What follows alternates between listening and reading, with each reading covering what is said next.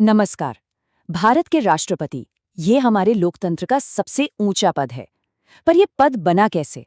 राष्ट्रपति को कौन और कैसे चुनता है? और उनकी शक्तियां आखिर हैं क्या? इन सभी सवालों के जवाब हमारे संविधान के भाग 5 में छिपे हैं। तो चलिए एक एक अनुच्छेद को खोलकर देखते हैं और भारत के राष्ट्रपति से जुड़े हर संवैधानिक प्रावधान को बारीकी से समझते हैं।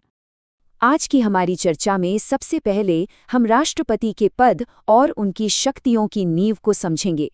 फिर हम देखेंगे कि उनके चुनाव की प्रक्रिया काम कैसे करती है। इसके बाद उनके कार्यकाल और योग्यताओं पर बात करेंगे और आखिर में शपथ और महाभियोग जैसी बहुत ही महत्वपूर्ण प्रक्रियाओं पर भी नजर डालेंगे। तो शुरुआत करते हैं उन बिल्कुल बुनियादी अनुच्छेदों से जो राष्ट्रपति के पद की स्थापना करते हैं और उन्हें कार्यकारी अधिकार देते हैं।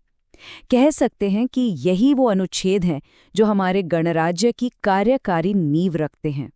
अनुच्छेद 52 सुनने में बहुत सीधा और सरल लगता है, लेकिन इसका अर्थ बहुत गहरा है।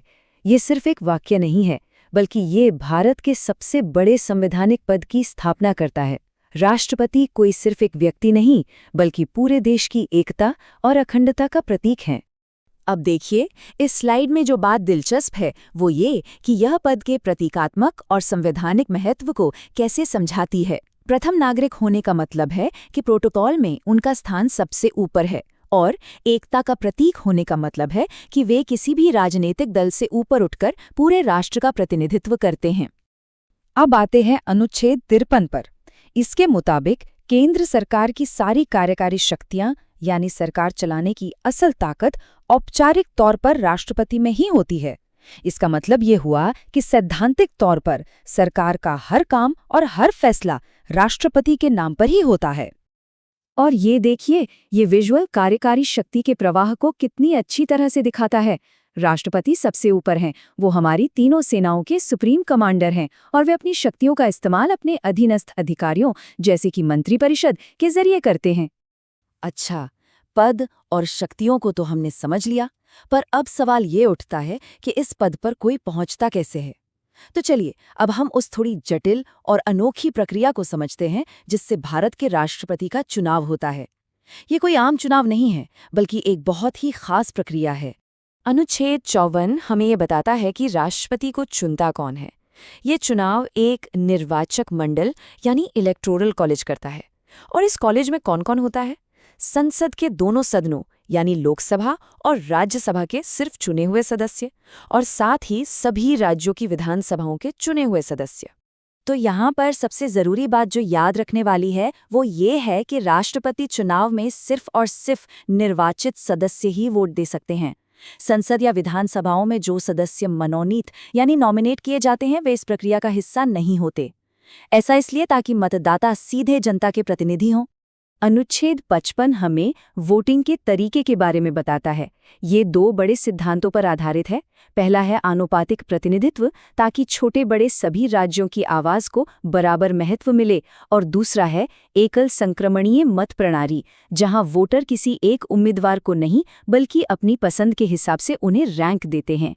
ये प्रक्रिया भले ही थोड़ी मुश्किल लगे, पर यह सुनिश्चित करती है कि चुनाव में हर राज्य का महत्व उसकी आबादी के अनुपात में हो। ये सिर्फ वोट गिनने का मामला नहीं है, बल्कि ये एक संतुलित प्रतिनिधित्व का मामला है।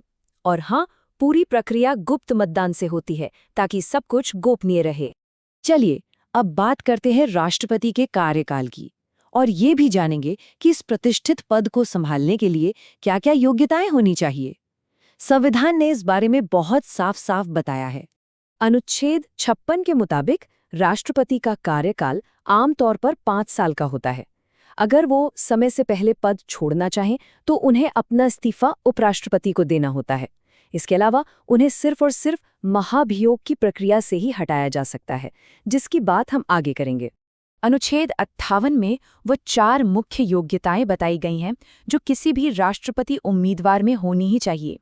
पहली, वो भारत के नागरिक हों। दूसरी, उनकी उम्र कम से कम 35 साल हो। तीसरी, उनमें लोकसभा का सदस्य बनने की काबिलियत हो। और चौथी, वे किसी भी लाभ के पद पर न हों। ये टेबल इन सभी योग्यताओं को एकदम साफ साफ दिखाती है। देखिए, 35 साल की उम्र की शर्त ये सुनिश्चित करती है कि उम्मीदवार के पास जरूरी अनुभव और परिपक्वता हो, और लाभ का पद ना होने का नियम ये पक्का करता है कि राष्ट्रपति किसी और के प्रति वफादार ना हो। अब हम दो बहुत ही महत्वपूर्ण संवैधानिक प्रक्रियाओं पर आते हैं। एक है शपथ, जो कार्यकाल की शुरुआत करती है, और दूसरी है महाभियोग प्रक्रिया, जो इसे खत्म कर सकती है। ये दोनों ही इस पद की गरिमा और जवाबदेही को दिखाती हैं। अनुच्छेद 7 राष्ट्रपति के शपथ ग्रहण समारोह के बारे में बताता है। ये एक बहुत ही महत्वपूर्ण समारोह होता है जिसमें भारत के मुख्य न्यायाधीश यानी CJI राष्ट्रपति को पद की शपथ दिलाते हैं। और अगर मान लीजिए CJI मौजूद नहीं है तो सुप्रीम कोर्ट के जो सबसे वरिष्ठ जज होते हैं वो ये जिम्मेदारी निभाते हैं। इस शपथ के जरिए राष्ट्रपति संविधान को बनाए रखने और भारत के लोगों की भलाई के लिए काम करने का वचन देते हैं। ये सिर्फ एक रस्म नहीं है, बल्कि एक बहुत ही पवित्र प्रतिज्ञा है। अब आते हैं अनुच्छेद 61 पर, जो राष्ट्रपति को पद से हटाने की एकमात्र और असाधारण प्रक्रिया है, जिसे महाभियोग कहते हैं। ये प्रक्रिया इतनी गंभीर है कि इसका सिर्फ एक ही आधार हो सकता है, संविधान का अतिक्रमण, और इसकी शुरुआत संसद के किसी भी सदन में हो सकती है। इस प्रक्रिया की सबसे खास बात इसकी जटिलता है। इसे जानबूझकर बहुत मुश्किल बनाया गया है। सोचिए, सिर्फ एक सदन में नहीं बल्कि दोनों सदनों में 2/3 बहुमत की जरूरत होती है। एक सदन आरोप लगाता है तो दूसरा सदन उसकी जांच करता है, और फिर वहां भी 2/3 बहुमत चाहिए। ये सब इसलिए ताकि राष्ट्रपति के पद की स्थिरता और गरिमा बनी रहे। तो चलिए, आखिर में हमने जिन भी अनुच्छेदों पर चर्चा की उन्हें एक बार जल्दी से देख लेते हैं। इससे पूरी तस्वीर एक साथ और भी साफ हो जाएगी। ये रिकैप दिखाता है कि कैसे हमारा संविधान एक एक करके राष्ट्रपति की भूमिका को परिभाषित करता है, पद की स्थापना से लेकर उन्हें हटाने तक की प्रक्रिया तक। हर अनुच्छेद एक पहेली के टुकड़े की तरह है, जो मिलकर भारत के राष्ट्राध्यक्ष की पूरी तस्वीर बनाता है। और ये हमें एक आखिरी लेकिन बहुत बड़े सवाल पर लाकर छोड़ देता है। भारत की संसदीय प्रणाली में राष्ट्रपति की शक्तियां क्या सिर्फ नाम की हैं, या उनके पास असली ताकत भी होती है? ये एक ऐसा सवाल है जिस पर विचार करना बहुत जरूरी है।